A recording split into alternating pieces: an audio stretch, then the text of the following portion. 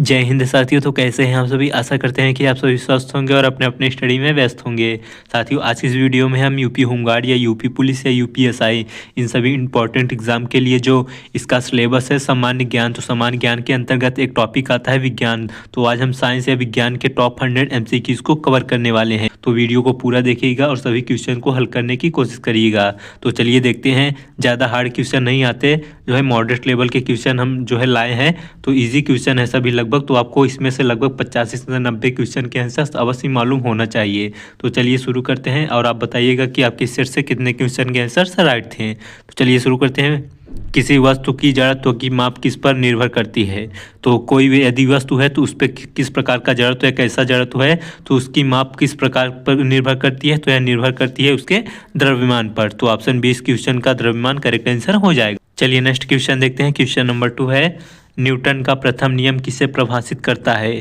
तो न्यूटन का जो प्रथम नियम था वह किसे प्रभाषित करता है। तो यह जड़त्व को प्रभाषित करता है। तो न्यूटन के कितने नियम थे, 3 नियम थे। इसमें से पूछा गया कि पहला नियम किसे प्रभाषित करता है। तो न्यूटन का प्रथम नियम जो है वह जड़त्व को प्रभाषित करता है। तो इसका क्वेश्चन का ऑप्शन सी करेक्ट आंसर हो जाएगा।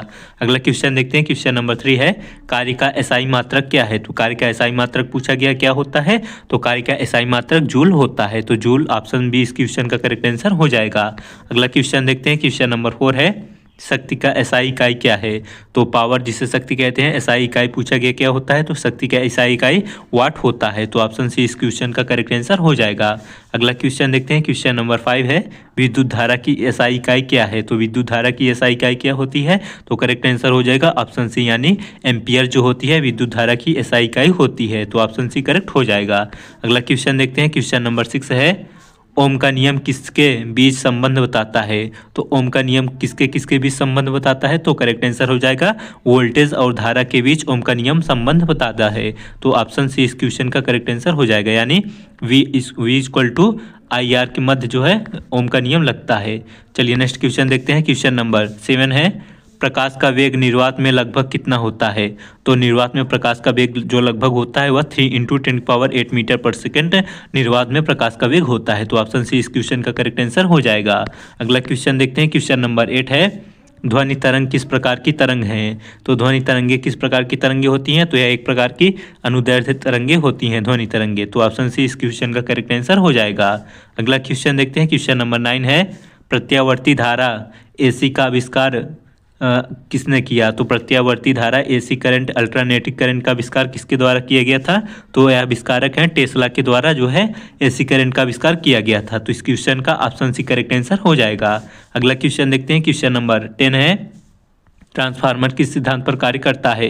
तो ट्रांसफार्मर किस सिद्धांत पर कार्य करता है। तो यह विद्युत चुम्बकीय प्रेरणा के सिद्धांत पर ट्रांसफार्मर कार्य करता है।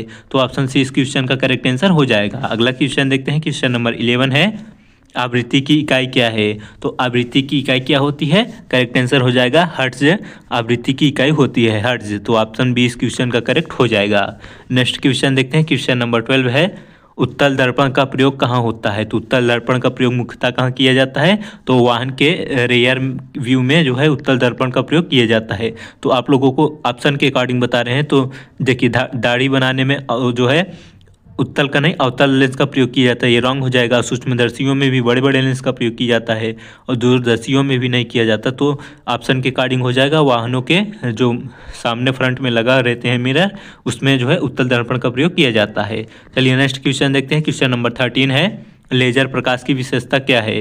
तो लेजर लाइटें जो होती हैं उसकी विशेषता पूछा गया है। तो क्या होता है, वह एक वर्णीय प्रकाश होती है लेजर की। तो ऑप्शन सी इस क्वेश्चन का करेक्ट हो जाएगा। अगला क्वेश्चन देखते हैं। क्वेश्चन नंबर 14 है, परमाणु में ऋण आवेशित कण कौन सा है। तो परमाणु में ऋण आवेशित कण कौन सा होता है। तो ऑप्शन देखते हैं, प्रोटॉन होता है या न्यूट्रॉन या इलेक्ट्रॉन या नाभिक। तो प्रोटॉन पर उदासीन होता है और जो है न्यूट्रॉन पे धन आवेश होता है और इलेक्ट्रॉन पे ऋण आवेश होता है। तो इसका करेक्ट आंसर हो जाएगा ऑप्शन सी, इलेक्ट्रॉन पर ऋण आवेशित परमाणु होता है। चलिए नेक्स्ट क्वेश्चन देखते हैं। क्वेश्चन नंबर 15 है, दाब का एसआई इकाई क्या है। तो दाब का एसआई मात्रक पूछा गया है। तो क्या करेक्ट आंसर हो जाएगा, पास्कल जो होता है वह दाब का एसआई मात्रक होता है। तो ऑप्शन बी करेक्ट हो जाएगा। नेक्स्ट क्वेश्चन देखते हैं। क्वेश्चन नंबर 16 है, तापमान मापने का यंत्र है। तो तापमापी कौन से यंत्र होता है। तो थर्मामीटर से तापमान मापा जाता है। तो ऑप्शन बी इस क्वेश्चन का करेक्ट आंसर हो जाएगा। अगला क्वेश्चन देखते हैं। क्वेश्चन नंबर 17 है, गैसों में ऊष्मा का संचरण मुख्यतः किससे होता है? तो गैसों में ऊष्मा का संचरण मुख्यतः संवहन के माध्यम से होता है। तो ऑप्शन बी इस क्वेश्चन का करेक्ट आंसर हो जाएगा। अगला क्वेश्चन देखते हैं, क्वेश्चन नंबर 18 है, विद्युत ऊर्जा को यांत्रिक ऊर्जा में बदलने वाला यंत्र है। तो विद्युत ऊर्जा को यांत्रिक ऊर्जा में बदलने वाला यंत्र मोटर होता है। तो ऑप्शन सी इस क्वेश्चन का मोटर करेक्ट हो जाएगा। अगला क्वेश्चन देखते हैं, क्वेश्चन नंबर 19 है, रेडियोधर्मी विकिरणों में सबसे अधिक शक्ति किसकी होती है? तो रेडियोधर्मी विकृति जो विकिरणें होती हैं सबसे अधिक शक्ति किसके पास होती है? तो ऑप्शन देखते हैं, अल्फा के कण के पास, या फिर बीटा, या गामा, या एक्सरे। तो करेक्ट आंसर हो जाएगा सबसे अधिक शक्तिशाली गामा किरणें होती हैं, विकिरणें। तो ऑप्शन सी गामा करेक्ट हो जाएगा। नेक्स्ट क्वेश्चन देखते हैं, क्वेश्चन नंबर 20 है, तापीय ऊर्जा का प्रवाह किस दिशा में होता है? तो तापीय ऊर्जा का प्रवाह जो होता है वह उच्च से निम्न ताप की ओर होता है। तो ऑप्शन बी इस क्वेश्चन का करेक्ट आंसर हो जाएगा। अगला क्वेश्चन देखते हैं, क्वेश्चन नंबर 21 है, धातुओं में विद्युत चालकता का कारण है। तो धातुओं में विद्युत चालकता का कारण होता है मुक्त इलेक्ट्रॉन। तो ऑप्शन सी इस क्वेश्चन का मुक्त इलेक्ट्रॉन करेक्ट हो जाएगा। अगला क्वेश्चन देखते हैं, क्वेश्चन नंबर 22 है, संवेग का सूत्र है। तो निम्न में से संवेग का सूत्र पूछा गया है। तो संवेग का सूत्र होता है m/v। तो m/v जो होता है वह संवेग का सूत्र होता है। तो ऑप्शन सी करेक्ट हो जाएगा। अगला क्वेश्चन देखते हैं, क्वेश्चन नंबर 23 है, चुंबकीय क्षेत्र की दिशा ज्ञात करने के लिए किस नियम का प्रयोग किया जाता है? तो चुंबकीय क्षेत्र की दिशा ज्ञात करने के लिए जो है फ्लेमिंग के दायां अंगूठे का नियम लगाया जाता है। तो दाएं अंगूठे का नियम जो होता है चुंबकीय क्षेत्र की दिशा ज्ञात करने के लिए होता है। तो ऑप्शन सी इस क्वेश्चन का करेक्ट आंसर हो जाएगा। आप लोगों ने क्लास 10 में पढ़ा होगा, तो इसका क्वेश्चन अवश्य नॉलेज होना चाहिए। नेक्स्ट क्वेश्चन देखते हैं, क्वेश्चन नंबर 24 है, विद्युत बल किस प्रकार का बल है? तो विद्युत बल जो होता है वह एक प्रकार का असंपर्क बल होता है। तो इस क्वेश्चन का ऑप्शन बी असंपर्क करेक्ट हो जाएगा। अगला क्वेश्चन देखते हैं, क्वेश्चन नंबर 25 है, ऊर्जा संरक्षण का नियम किस पर आधारित है? तो ऊर्जा संरक्षण का नियम जो होता है वह आधारित होता है ऊर्जा न उत्पन्न होती है और न ही नष्ट की जा सकती है। तो वह जो होता है =mc² जो होता है mc² वह इसी पर आधारित होता है। ऊर्जा को न उत्पन्न किया जाता है न और ही नष्ट किया जा सकता है। नेक्स्ट क्वेश्चन देखते हैं, क्वेश्चन नंबर 26 है, पानी का अधिकतम घनत्व किस ताप पर होता है? तो पानी का अधिकतम घनत्व 4 डिग्री सेल्सियस पर अधिकतम होता है। तो ऑप्शन सी इस क्वेश्चन का करेक्ट आंसर हो जाएगा। अगला क्वेश्चन देखते हैं, क्वेश्चन नंबर 27 है, विद्युत विभवांतर की इकाई है। तो विद्युत विभवांतर की इकाई होती है वोल्ट। तो ऑप्शन सी इस क्वेश्चन का वोल्ट करेक्ट आंसर हो जाएगा। नेक्स्ट क्वेश्चन देखते हैं, क्वेश्चन नंबर 28 है, सूर्य से पृथ्वी तक ऊर्जा किस माध्यम से आती है? तो सूर्य से पृथ्वी तक ऊर्जा जो है विकिरण माध्यम से आती है। तो ऑप्शन सी इस क्वेश्चन का करेक्ट आंसर हो जाएगा। नेक्स्ट क्वेश्चन देखते हैं, क्वेश्चन नंबर 29 है, किस दर्पण में सदैव आभासी प्रतिबिंब बनता है? तो करेक्ट आंसर हो जाएगा, उत्तल व समतल दर्पण में सदैव आभासी प्रतिबिंब प्राप्त होता है या बनता है। तो ऑप्शन डी इस क्वेश्चन का करेक्ट आंसर हो जाएगा। अगला क्वेश्चन देखते हैं, क्वेश्चन नंबर 30 है, परमाणु रिएक्टर में प्रयुक्त मंदक क्या है करता है? तो परमाणु रिएक्टर में जो प्रयुक्त मंदक होता है उसका कार्य होता है न्यूट्रॉन की गति को कम करना। तो ऑप्शन बी इस क्वेश्चन का करेक्ट आंसर हो जाएगा। अगला क्वेश्चन देखते हैं, क्वेश्चन नंबर 31 है, विद्युत धारा उत्पन्न करने का स्रोत क्या है? तो ऑप्शन को देखते हैं, बल्ब के द्वारा, या स्विच के द्वारा, या सेल के द्वारा, या प्रतिरोध के द्वारा। तो विद्युत धारा निम्न में से देखा जाए तो सेल के माध्यम से उत्पन्न की जा सकती है। तो ऑप्शन सी इस क्वेश्चन का करेक्ट आंसर हो जाएगा। नेक्स्ट क्वेश्चन देखते हैं, क्वेश्चन नंबर 32 है, ऊष्मा का एसआई मात्रक क्या है? तो ऊष्मा का एसआई मात्रक जूल होता है। तो ऑप्शन बी इस क्वेश्चन का करेक्ट आंसर हो जाएगा। अगला क्वेश्चन है, क्वेश्चन नंबर 33 है, दर्पण सूत्र लागू होता है। तो दर्पण सूत्र जो लागू होता है वह अवतल और उत्तल दर्पण में लागू होता है। तो ऑप्शन डी इस क्वेश्चन का करेक्ट आंसर हो जाएगा। अगला क्वेश्चन देखते हैं, क्वेश्चन नंबर 34 है, फ्यूज तार किस धातु का बना होता है? तो जो फ्यूज तार होते हैं, फ्यूज लगाए जाते हैं, उसमें जो वायर उसका बना होता है वह किस धातु का बना होता है? तो करेक्ट आंसर हो जाएगा, टिन व शीशे मिश्र धातु से फ्यूज का वायर बना होता है। तो ऑप्शन सी करेक्ट हो जाएगा। नेक्स्ट क्वेश्चन देखते हैं, क्वेश्चन नंबर 35 है, ध्वनि की तीव्रता किस पर निर्भर करती है? तो ध्वनि की तीव्रता जो है वह आयाम पर निर्भर करती है, ध्वनि की आयाम पर। तो ऑप्शन बी इस क्वेश्चन का करेक्ट आंसर हो जाएगा।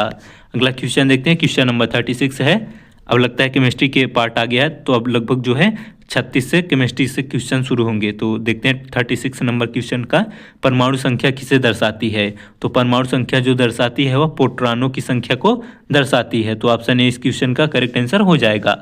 अगला क्वेश्चन देखते हैं, क्वेश्चन नंबर 37 है, आवर्त सारणी का जनक किसे कहा जाता है? तो सभी को पता होना चाहिए, आवर्त सारणी का जनक मेंडलीव को कहा जाता है। तो ऑप्शन बी इस क्वेश्चन का करेक्ट आंसर हो जाएगा।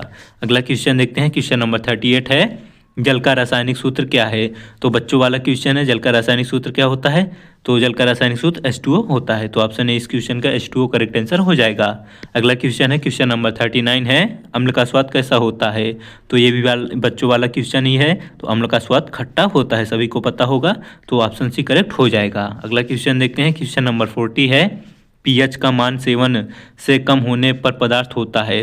तो यदि किसी पदार्थ का पीएच मान यदि 7 से कम है तो उसका स्वाद या कैसा होगा? तो उसका स्वाद जो होगा अम्लीय होगा। तो ऑप्शन सी इस क्वेश्चन का अम्लीय करेक्ट आंसर हो जाएगा। अगला क्वेश्चन देखते हैं, क्वेश्चन नंबर 41 है, सोडियम हाइड्रोक्साइड को क्या कहते हैं? तो सोडियम हाइड्रोक्साइड को क्या कहा जाता है? तो इसे कास्टिक सोडा कहा जाता है। तो ऑप्शन सी इस क्वेश्चन का करेक्ट आंसर हो जाएगा। अगला क्वेश्चन देखते हैं, क्वेश्चन नंबर 42 है, CO2 गैस का उपयोग किस में होता है? तो ऑप्शन को देखते हैं, अग्निशामक यंत्रों में या रेफ्रिजरेटर में या खाने पकाने में या ईंधन के रूप में। तो CO2 गैस का प्रयोग जो होता है वह अग्निशामक में होता है। आग बुझाने के काम में जो सभी जगह आप लोगों ने देखा होगा, बड़े बड़े स्थानों पर जो लगे रहते हैं लाल जो टैंक में रखे रहते हैं, उसमें CO2 गैसें भरी होती हैं जो कि आग बुझाने के कार्य करती हैं। रेफ्रिजरेटर में CFC यानी क्लोरोफ्लोरोकार्बन भरा रहता है। और खाना पकाने में जो LPG गैस का प्रयोग करते हैं मुख्यतः, और ईंधन के रूप में LPG का भी प्रयोग किया जाता है। तो इसका करेक्ट आंसर हो जाएगा, अग्निशामक में CO2 गैस का प्रयोग किया जाता है। चलिए नेक्स्ट क्वेश्चन देखते हैं, क्वेश्चन नंबर 43 है, स्टेनलेस स्टील किसकी मिश्र धातु है? तो स्टेनलेस स्टील का नाम आप लोगों ने सुना होगा। तो वह लोहा प्लस क्रोमियम प्लस निकेल की मिश्र धातु होती है। स्टेनलेस स्टील इन सभी तीनों तत्वों से मिलकर बनी होती हैं। तो ऑप्शन बी इस क्वेश्चन का करेक्ट आंसर हो जाएगा। अगला क्वेश्चन देखते हैं, क्वेश्चन नंबर 44 है, ऑक्सीकरण का अर्थ है। तो ऑक्सीकरण का अर्थ होता है ऑक्सीजन का जुड़ना, ऑक्सीकरण कहलाता है। तो ऑप्शन सी इस क्वेश्चन का करेक्ट आंसर हो जाएगा। अगला क्वेश्चन देखते हैं, क्वेश्चन नंबर 45 है, रिडक्शन का अर्थ है। तो रिडक्शन का अर्थ होता है इलेक्ट्रॉन प्राप्त होना करना। तो इलेक्ट्रॉन प्राप्त करना रिडक्शन कहलाता है। तो ऑप्शन सी इस क्वेश्चन का करेक्ट आंसर हो जाएगा। और कभी कभी इलेक्ट्रॉन जुड़ना भी लिखा रहता है, तो इलेक्ट्रॉन का जुड़ना भी रिडक्शन कहलाता है। नेक्स्ट क्वेश्चन देखते हैं, क्वेश्चन नंबर 46 है, पेट्रोलियम को क्या कहा जाता है? तो ऑप्शन को देखते हैं, काला सोना कहा जाता है या सफ़ेद सोना या पीला सोना या नीला सोना। तो पेट्रोलियम को जो एक और भाषा में जानते हैं तो इसे काला सोना के रूप में भी जाना जाता है पेट्रोलियम को। तो ऑप्शन ए इस क्वेश्चन का करेक्ट आंसर हो जाएगा। अगला क्वेश्चन देखते हैं, क्वेश्चन नंबर 47 है, अमोनिया का रासायनिक सूत्र क्या है? तो इजी क्वेश्चन है, सभी को पता होगा अमोनिया का रासायनिक सूत्र क्या होता है। तो NH3 जो होता है वह अमोनिया का रासायनिक सूत्र होता है। तो कभी कभी मेथेन का भी आता है, तो मेथेन का क्या होता है? NH4 मेथेन का रासायनिक सूत्र होता है। तो इन दोनों से पूछा गया क्वेश्चन है, कभी अमोनिया का पूछता है तो कभी मेथेन का। तो आप लोग याद रख लीजिएगा। नेक्स्ट क्वेश्चन देखते हैं, क्वेश्चन नंबर 48 है, धातु जो कमरे के ताप पर द्रव होती है। Very very important interesting question है। तो कौन सी धातु है जो कमरे के ताप पर भी द्रव में पाई जाती है? तो वह पारा धातु होती है, Hg मरकरी जिसे भी कहा जाता है। तो यह कमरे के ताप पर जो है द्रव अवस्था में पाई जाती है। तो ऑप्शन सी इस क्वेश्चन का करेक्ट हो जाएगा। अगला क्वेश्चन देखते हैं, क्वेश्चन नंबर 49 है, सर्वाधिक विद्युत चालक धातु कौन सी है? तो निम्न में से देखा जाए तो सर्वाधिक विद्युत चालक धातु चांदी होती है। तो ऑप्शन बी इस क्वेश्चन का चांदी करेक्ट हो जाएगा। अगला क्वेश्चन देखते हैं, क्वेश्चन नंबर 50 है, धातुओं को तार बनाने की क्षमता क्या कहलाती है? तो धातुओं को यदि तार बनाने की यानी खींचकर तार बनाया जाए तो यह क्षमता क्या कहलाती है? तो यह तन्यता कहलाती है। यदि किसी धातु को खींचकर उसको तार बनाया जाए तो है उसमें जो गुण विद्यमान होता है उसे तन्यता कहा जाता है। तो ऑप्शन ए इस क्वेश्चन का करेक्ट आंसर हो जाएगा। नेक्स्ट क्वेश्चन देखते हैं, क्वेश्चन नंबर 51 है, NaCl सामान्य नाम है। तो NaCl किसका रासायनिक सूत्र है या फिर इसका सामान्य नाम क्या है? तो NaCl जो होता है वह खाने के नमक का रासायनिक सूत्र है। तो ऑप्शन बी इस क्वेश्चन का करेक्ट आंसर हो जाएगा। साथियों आपसे एक रिक्वेस्ट है कि यदि आप हमारे चैनल पर नए हैं तो प्लीज़ चैनल को सब्सक्राइब कर लें और वीडियो को एक लाइक जरूर कर दें, क्योंकि हम यूपी होमगार्ड के लिए और यूपी पुलिस के लिए बराबर आप सभी के लिए प्रैक्टिस सेट प्रोवाइड कर रहे हैं। तो आप सभी हमारे चैनल के साथ जुड़ जाए जिससे आपकी तैयारी बेहतर हो सकेगी। तो चलिए नेक्स्ट क्वेश्चन देखते हैं, क्वेश्चन नंबर 52 है, सबसे हल्की गैस कौन सी है? तो सबसे हल्की गैस निम्न में से हाइड्रोजन गैस होती है। तो ऑप्शन बी इस क्वेश्चन का करेक्ट आंसर हो जाएगा। अगला क्वेश्चन देखते हैं, क्वेश्चन नंबर 53 है, रासायनिक अपक्रिया में पदार्थों के द्रव्यमान का योग होता है। तो रासायनिक अपक्रिया में पदार्थों के जो द्रव्यमान होता है उसका योग क्या रहता है? तो उसका योग स्थिर रहता है। रासायनिक अपक्रिया में पदार्थों का योग स्थिर रहता है। तो ऑप्शन सी इस क्वेश्चन का करेक्ट आंसर हो जाएगा। अगला क्वेश्चन देखते हैं, क्वेश्चन नंबर 54 है, धातुओं का संक्षारण कहलाता है। तो धातुओं का संक्षारण जंग लगना कहलाता है। तो जंग लगने की प्रक्रिया पूछ लेता है कभी कभी, क्या कहलाता है, तो यह प्रक्रिया संक्षारण कहलाती है। तो ऑप्शन बी इस क्वेश्चन का करेक्ट आंसर हो जाएगा। अगला क्वेश्चन देखते हैं, क्वेश्चन नंबर 55 है, कार्बन का परमाणु क्रमांक है। तो कार्बन का परमाणु क्रमांक क्या होता है, तो करेक्ट आंसर हो जाएगा ऑप्शन बी यानी 6 होता है कार्बन का परमाणु क्रमांक। तो ऑप्शन बी इस क्वेश्चन का करेक्ट आंसर हो जाएगा। अगला क्वेश्चन देखते हैं, क्वेश्चन नंबर 56 है, सबसे कठोर प्राकृतिक पदार्थ है। तो प्रकृति में पाए जाने वाला सबसे कठोरतम पदार्थ जो होता है वह हीरा होता है। तो ऑप्शन बी इस क्वेश्चन का करेक्ट आंसर हो जाएगा। अगला क्वेश्चन देखते हैं, क्वेश्चन नंबर 57 है, प्लास्टर ऑफ पेरिस का सूत्र है। तो प्लास्टर ऑफ पेरिस का रासायनिक सूत्र क्या होता है, तो करेक्ट आंसर हो जाएगा CaSO4 half H2O plaster of Paris का रासायनिक सूत्र होता है। तो ऑप्शन सी इस क्वेश्चन का करेक्ट हो जाएगा। अगला क्वेश्चन देखते हैं, क्वेश्चन नंबर 58 है, अम्ल और क्षार की अपक्रिया क्या बनता है। तो अम्ल और क्षार की अपक्रिया के द्वारा क्या बनता है, तो प्राप्त होता है लवण एवं जल। अम्ल एवं क्षार की अपक्रिया में लवण एवं जल प्राप्त होता है। तो ऑप्शन बी इस क्वेश्चन का करेक्ट आंसर हो जाएगा। अगला क्वेश्चन देखते हैं, क्वेश्चन नंबर 59 है, हवा में ऑक्सीजन की मात्रा लगभग कितनी होती है। तो वायु में ऑक्सीजन की मात्रा जो होती है वह 21% होती है। 21% वायु में ऑक्सीजन की मात्रा विद्यमान होती है। तो ऑप्शन ए इस क्वेश्चन का करेक्ट आंसर हो जाएगा। अगला क्वेश्चन देखते हैं, क्वेश्चन नंबर 60 है, ब्लीचिंग पाउडर का उपयोग किस में होता है। तो ब्लीचिंग पाउडर का उपयोग किस में होता है, तो ऑप्शन को देखते हैं, खाद्य में यानी खाद्य पदार्थों में, या जल की शुद्धिकरण में, या ईंधन में, या पेंट में। तो ब्लीचिंग पाउडर का प्रयोग मुख्यतः जो है वह जल की शुद्धिकरण में किया जाता है।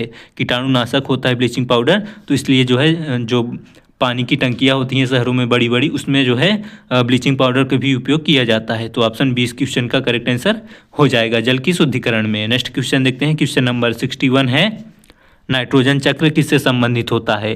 तो ऑप्शन को देखते हैं, मिट्टी से, या पौधे से, या पर्यावरण से, या सभी से। तो देखा जाए तो नाइट्रोजन चक्र जो संबंधित होता है वह मिट्टी से भी संबंधित होता है, और पौधे से भी, और पर्यावरण से भी। तो उपर्युक्त सभी यानी ऑप्शन डी करेक्ट आंसर सभी हो जाएगा। अगला क्वेश्चन देखते हैं, क्वेश्चन नंबर 62 है, एल्कोहल का सामान्य सूत्र है। तो एल्कोहल जिसे आप लोग अपनी भाषा में दारू कहते हैं, तो उसका सब सामान्य सूत्र होता है ROH समूह जिसे कहते हैं। तो IPAC नाम कह सकते हैं आप, एल्कोहल का है ROH। तो ऑप्शन बी इस क्वेश्चन का करेक्ट हो जाएगा, ROH। नेक्स्ट क्वेश्चन देखते हैं, क्वेश्चन नंबर 63 है, रासायनिक ऊर्जा का उदाहरण है। तो ऑप्शन देखते हैं, पेट्रोल, या बिजली, या सूर्य, या उपवन। तो रासायनिक ऊर्जा का उदाहरण है पेट्रोल। तो ऑप्शन ए इस क्वेश्चन का करेक्ट आंसर हो जाएगा। अगला क्वेश्चन देखते हैं, क्वेश्चन नंबर 64 है, अम्लीय वर्षा का मुख्य कारण है। तो अम्लीय वर्षा का मुख्य कारण दो गैसें होती हैं, SO2 व NO2। तो ऑप्शन बी इस क्वेश्चन का करेक्ट आंसर हो जाएगा। अगला क्वेश्चन देखते हैं, क्वेश्चन नंबर 65 है, उर्वरकों में मुख्य तत्व होते हैं। तो जो उर्वरक होते हैं, खादियाँ होती हैं, तो उसमें मुख्य तत्व कौन कौन से होते हैं, जिसे हम अपनी भाषा में NPK भी कहते हैं। तो नाइट्रोजन हो गया, और जो पोटास हो गया, और पोटेशियम। तो ये सभी जो होते हैं मुख्य तत्व विद्यमान होते हैं उर्वरक में। तो ऑप्शन सी इस क्वेश्चन का NPK करेक्ट हो जाएगा। अगला क्वेश्चन देखते हैं, क्वेश्चन नंबर 66 है, सबसे अधिक अपक्रियाशील धातु कौन सी है। तो निम्न में से सबसे अधिक अपक्रियाशील धातु सोडियम धातु होती है। तो ऑप्शन सी इस क्वेश्चन का करेक्ट हो जाएगा। अगला क्वेश्चन देखते हैं, क्वेश्चन नंबर 67 है, आयनिक यौगिक किसके बीच बनते हैं। तो आयनिक यौगिक जो होते हैं वह धातु और अधातु के बीच बनते हैं। तो ऑप्शन सी इस क्वेश्चन का करेक्ट आंसर हो जाएगा। नेक्स्ट क्वेश्चन है, क्वेश्चन नंबर 68 है, साबुन किस प्रकार का लवण है। तो साबुन जो होता है वह एक प्रकार का क्षारीय लवण होता है। तो ऑप्शन बी इस क्वेश्चन का करेक्ट आंसर हो जाएगा। अगला क्वेश्चन है, क्वेश्चन नंबर 69 है, कोयले का सबसे शुद्ध रूप है। तो कोयले का सबसे शुद्ध रूप होता है एंथ्रासाइट। तो ऑप्शन डी इस क्वेश्चन का एंथ्रासाइट करेक्ट आंसर हो जाएगा। नेक्स्ट क्वेश्चन देखते हैं, क्वेश्चन नंबर 70 है, फोटोकेमिकल स्मॉग किस शहर से जुड़ा है। तो इंपॉर्टेंट क्वेश्चन है। तो फोटोकेमिकल स्मॉग जो है वह लॉस एंजलिस शहर से जुड़ा हुआ है। तो ऑप्शन सी इस क्वेश्चन का करेक्ट आंसर हो जाएगा। अगला क्वेश्चन देखते हैं, क्वेश्चन नंबर 71 है, अब लगता है बायोलॉजी का क्वेश्चन आ गया है। तो अब बायोलॉजी की इसके आगे क्वेश्चन को देखेंगे। तो पहला 71 नंबर क्वेश्चन है, कोशिका की खोज किसने की। तो कोशिका की खोज किसके द्वारा की गई थी। तो करेक्ट आंसर हो जाएगा, रॉबर्ट हुक ने कोशिका की खोज की थी। तो ऑप्शन बी इस क्वेश्चन का करेक्ट आंसर हो जाएगा। अगला क्वेश्चन देखते हैं, क्वेश्चन नंबर 72 है, मानव शरीर की सबसे बड़ी ग्रंथि है, तो मानव शरीर की सबसे बड़ी ग्रंथि यकृत होती है। तो इस क्वेश्चन का ऑप्शन भी करेक्ट आंसर हो जाएगा। अगला क्वेश्चन देखते हैं, क्वेश्चन नंबर 73 है, प्रकाश संश्लेषण कहाँ होता है? तो ऑप्शन देखते हैं, माइटोकॉन्ड्रिया में या क्लोरोप्लास्ट में या राइबोसोम में या नाभिक में। तो प्रकाश संश्लेषण की प्रक्रिया पौधों की पत्तियों में पाए जाने वाले क्लोरोप्लास्ट नामक वर्णक में होती है, प्रकाश संश्लेषण की क्रिया। तो इस क्वेश्चन का ऑप्शन भी क्लोरोप्लास्ट करेक्ट आंसर हो जाएगा। अगला क्वेश्चन है, क्वेश्चन नंबर 74 है, मानव हृदय में कितने कक्ष होते हैं? तो मानव हृदय में पूरे 4 कक्ष होते हैं। तो ऑप्शन सी इस क्वेश्चन का करेक्ट आंसर हो जाएगा। अगला क्वेश्चन है, क्वेश्चन नंबर 75 है, रक्त का लाल रंग किसके कारण होता है? तो रक्त का लाल रंग जो होता है वह हमारे रक्त में हीमोग्लोबिन नामक वर्णक पाया जाता है, जिससे रक्त का जो है लाल रंग होता है। तो ऑप्शन बी इस क्वेश्चन का करेक्ट आंसर हो जाएगा। अगला क्वेश्चन देखते हैं, क्वेश्चन नंबर 76 है, मानव शरीर का तापमान लगभग होता है? तो मानव शरीर का तापमान 37 डिग्री सेल्सियस होता है, और फ़ारेनहाइट में यदि पूछे तो 98 डिग्री फ़ारेनहाइट जो होता है सामान्य तापमान होता है मानव शरीर का। फ़ारेनहाइट में 98 और सेल्सियस में 37 डिग्री सेल्सियस। नेक्स्ट क्वेश्चन देखते हैं, क्वेश्चन नंबर 77 है, भोजन का पाचन मुख्यतः कहाँ होता है? तो भोजन का पाचन जो मुख्य रूप से पूर्ण होता है वह छोटी आंत में पूर्ण होता है। तो ऑप्शन सी इस क्वेश्चन का करेक्ट आंसर हो जाएगा। अगला क्वेश्चन देखते हैं, क्वेश्चन नंबर 78 है, डीएनए का पूरा नाम क्या है? तो डीएनए का पूरा नाम सभी को पता होना चाहिए, क्या होता है? बायोलॉजी का इंपॉर्टेंट क्वेश्चन है, डीऑक्सीराइबोन्यूक्लिक एसिड डीएनए का पूरा नाम होता है। तो ऑप्शन ए इस क्वेश्चन का करेक्ट आंसर हो जाएगा। चलिए नेक्स्ट क्वेश्चन देखते हैं, क्वेश्चन नंबर 79 है, श्वसन की दर नियंत्रित करता है? तो श्वसन की दर किसके द्वारा नियंत्रित होती है? तो करेक्ट आंसर हो जाएगा, श्वसन की दर को फेफड़ा नियंत्रित करता है। तो ऑप्शन सी इस क्वेश्चन का करेक्ट आंसर हो जाएगा। अगला क्वेश्चन देखते हैं, क्वेश्चन नंबर 80 है, पौधों में जल का परिवहन किसके द्वारा होता है? तो पौधों में जल का परिवहन जाइलम के माध्यम से होता है। तो ऑप्शन बी इस क्वेश्चन का जाइलम करेक्ट आंसर हो जाएगा। अगला क्वेश्चन देखते हैं, क्वेश्चन नंबर 81 है, मानव में गुणसूत्रों की संख्या होती है? तो मानव में गुणसूत्रों की संख्या 46 होती है। यदि जोड़े में पूछे तो 23 जोड़ी जो होता है गुणसूत्रों की संख्या मानव में होती है, जोड़े में 23 जोड़े और पूरा पूछे तो 46। नेक्स्ट क्वेश्चन देखते हैं, क्वेश्चन नंबर 82 है, रक्त का थक्का जमाने में सहायक है? तो रक्त का थक्का जमाने में सहायक प्लेटलेट्स होता है। तो ऑप्शन सी इस क्वेश्चन का करेक्ट हो जाएगा। अगला क्वेश्चन देखते हैं, क्वेश्चन नंबर 83 है, हरित वर्णक कहलाता है? तो हरित वर्णक निम्न में से कौन सा कहलाता है? ऑप्शन को देखते हैं, कैरोटीन या ज़ैंथोफिल या क्लोरोफिल या एंथोसाइनिन। तो करेक्ट आंसर हो जाएगा, क्लोरोफिल जो होता है वह हरित वर्णक कहलाता है। सॉरी हाँ, वो वर्णक सही है। तो ऑप्शन सी इस क्वेश्चन का करेक्ट हो जाएगा। अगला क्वेश्चन देखते हैं, क्वेश्चन नंबर 84 है, वृक्क किडनी का मुख्य कार्य होता है? तो किडनी का मुख्य कार्य होता है उत्सर्जन करना। तो उत्सर्जन का मतलब होता है कि जो अनावश्यक पदार्थ बने होते हैं हमारे शरीर में, जैसे मूत्र हो गया, ये सभी को शरीर से बाहर निकालना उत्सर्जन कहलाता है। तो वृक्क का कार्य उत्सर्जन करना होता है। तो ऑप्शन सी इस क्वेश्चन का करेक्ट हो जाएगा। अगला क्वेश्चन देखते हैं, क्वेश्चन नंबर 85 है, इंसुलिन हार्मोन किस ग्रंथि से निकलता है? तो इंसुलिन हार्मोन का स्रावण जो होता है वह अग्नाशय ग्रंथि से होता है। तो ऑप्शन सी इस क्वेश्चन का करेक्ट हो जाएगा। अगला क्वेश्चन देखते हैं, क्वेश्चन नंबर 86 है, मानव आँख का सबसे संवेदनशील भाग है? तो मानव आँख का सबसे संवेदनशील भाग रेटिना होता है। तो option C retina correct answer हो जाएगा। नेक्स्ट क्वेश्चन देखते हैं, क्वेश्चन नंबर 87 है, एड्स रोग किस वायरस से होता है? तो एड्स रोग जो होता है वह HIV वायरस से फैलता है। तो ऑप्शन बी इस क्वेश्चन का करेक्ट आंसर हो जाएगा।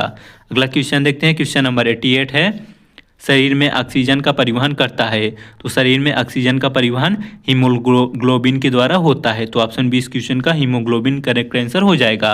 अगला क्वेश्चन देखते हैं, क्वेश्चन नंबर 89 है, पौधों में श्वसन होता है? तो पौधों में श्वसन कब होता है? तो केवल दिन में या रात में या दिन व रात दोनों में या नहीं होता? तो पौधे में श्वसन जो होता है वह दिन व रात दोनों समय में होता है। तो ऑप्शन सी इस क्वेश्चन का करेक्ट आंसर हो जाएगा।